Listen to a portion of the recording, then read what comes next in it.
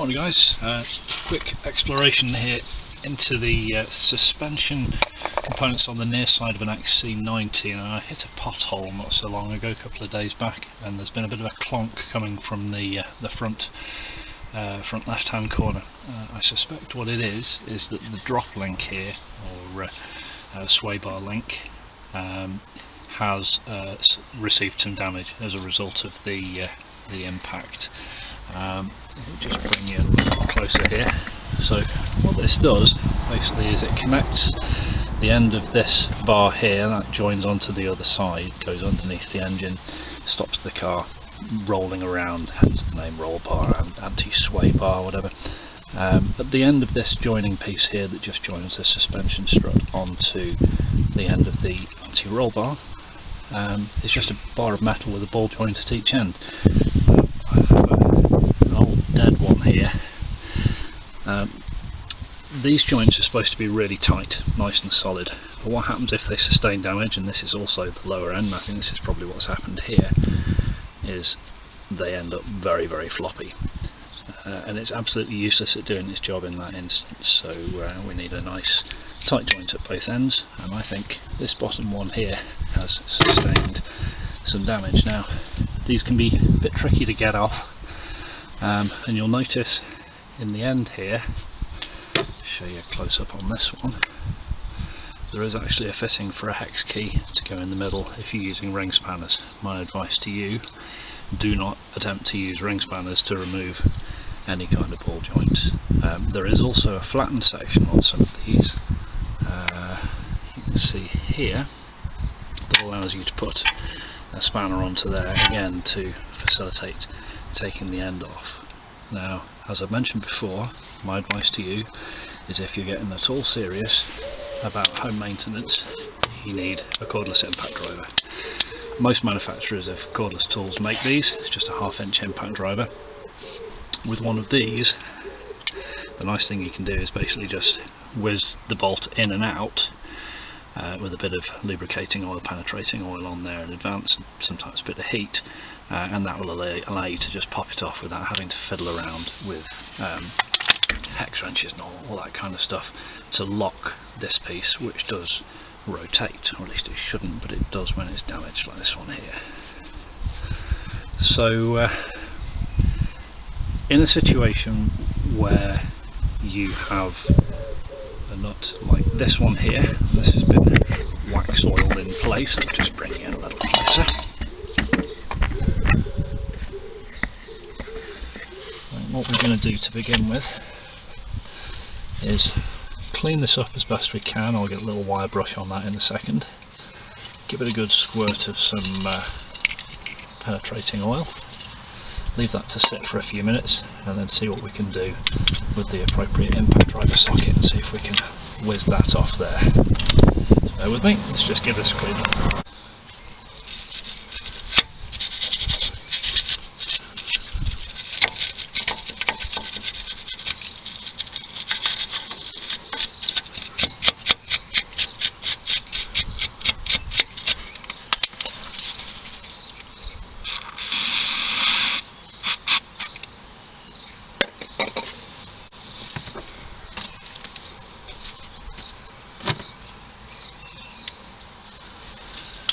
Okay.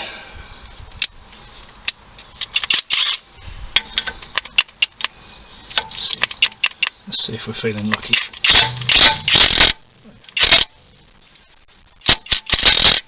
Just whiz it a couple forwards and backwards.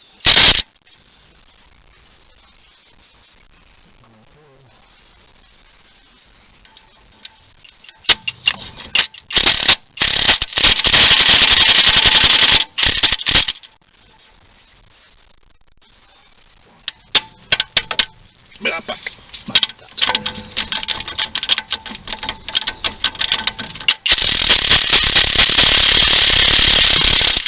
Perfect. So that's the first one out.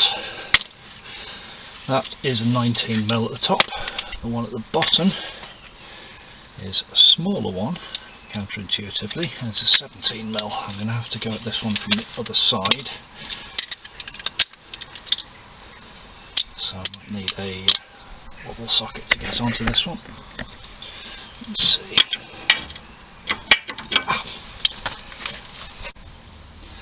Okay, so you'll notice what's happening here is the suspension spring is pushing down. Because this is up on a jack on one side, the sway bar is tilting over, and that's actually angling the ball joints here on the end of this link bar, and making it impossible to get it out.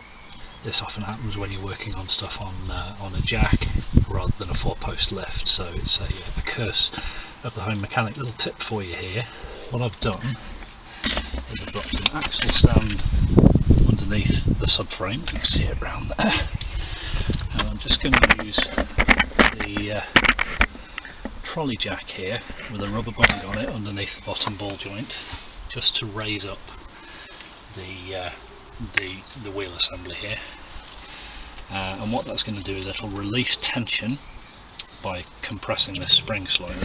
So bring you around here, you'll be able to see as this goes up that the tension on this releases, and that will give us just enough play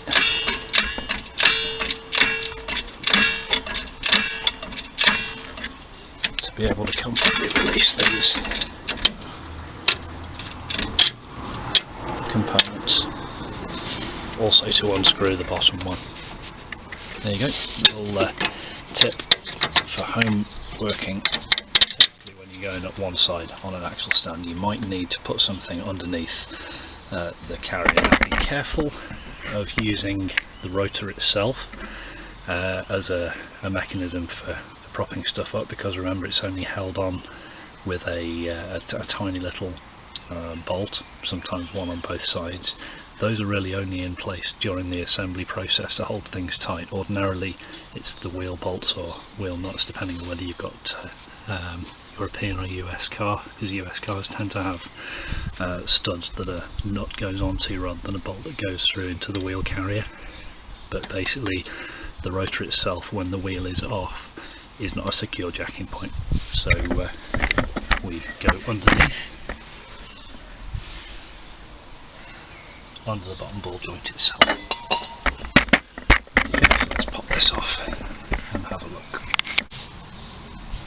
Okay, so we'll just loosen this top one out, improve the angle on the bottom one a bit.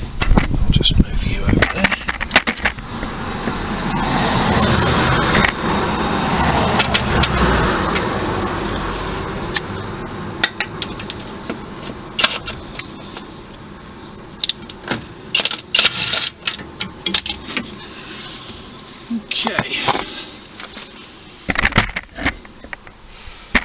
So here it is, this is the bottom one.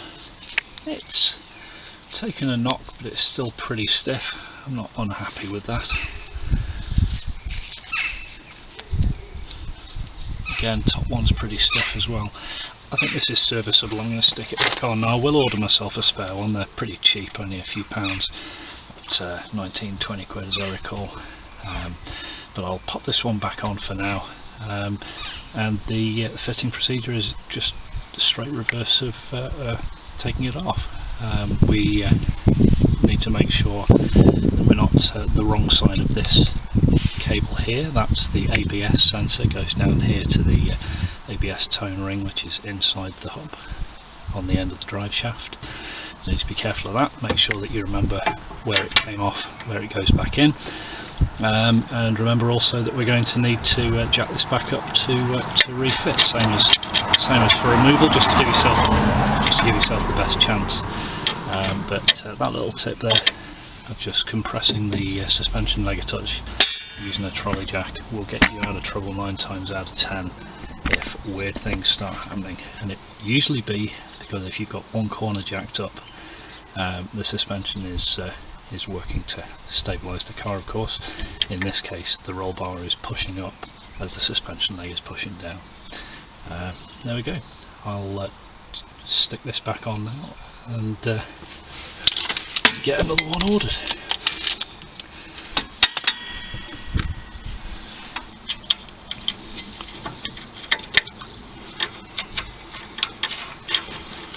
And because these ball joints aren't toast, it should, in theory, just whiz back up nicely.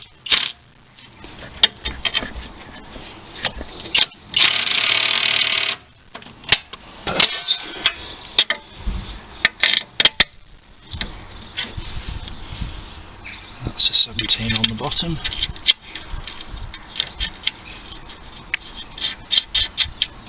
These are locking nuts by the way. Extra security for them not falling off.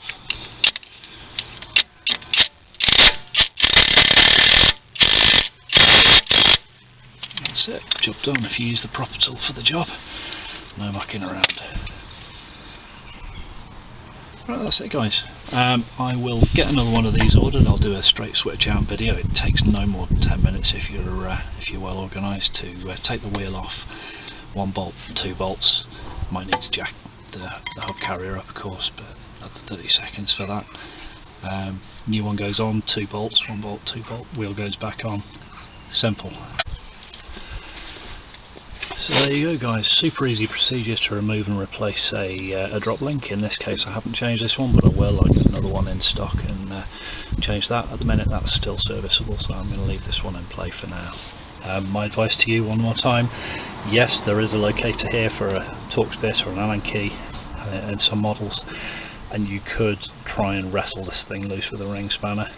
My advice to you, don't do it. You'll just round it off, you'll give yourself a nightmare of a job to actually get that thing out, end up cutting it off from the other side, whatever. It's going to be messy, massively difficult. If you're getting even halfway serious, then you need to invest in one of these. You will save the cost of it in the first job that you do yourself. Seriously, they're really not that expensive. All manufacturers that do a one battery multi-tool solution have a 1/2 inch drive impact driver, really a worthwhile investment. And the other thing is, to improve your chances with anything like this, bit of heat, give it a blast, little wire brush, clean the gunk off first, penetrating oil every time, just go large, never economise, never do it in steps, just go heavy with everything right at the start, give yourself the best fighting chance. And as I say, impact drivers all day long. Don't forget also the other tip in this particular video, which is if you are working on one side of a car, particularly the front end, on axle stands or on a jack, then the suspension components can twist and they can give you difficulties. So if that happens, just jack your wheel up, not using the rotor but underneath the bottom ball joint, and with a bit of padding there to make sure that you don't actually damage that joint. That's it. It's just starting to rain here on the streets of Belfast, so I am going to disappear, but if that's been useful to you, please don't forget to hit the like button, and I'll see you next time. Take it easy guys.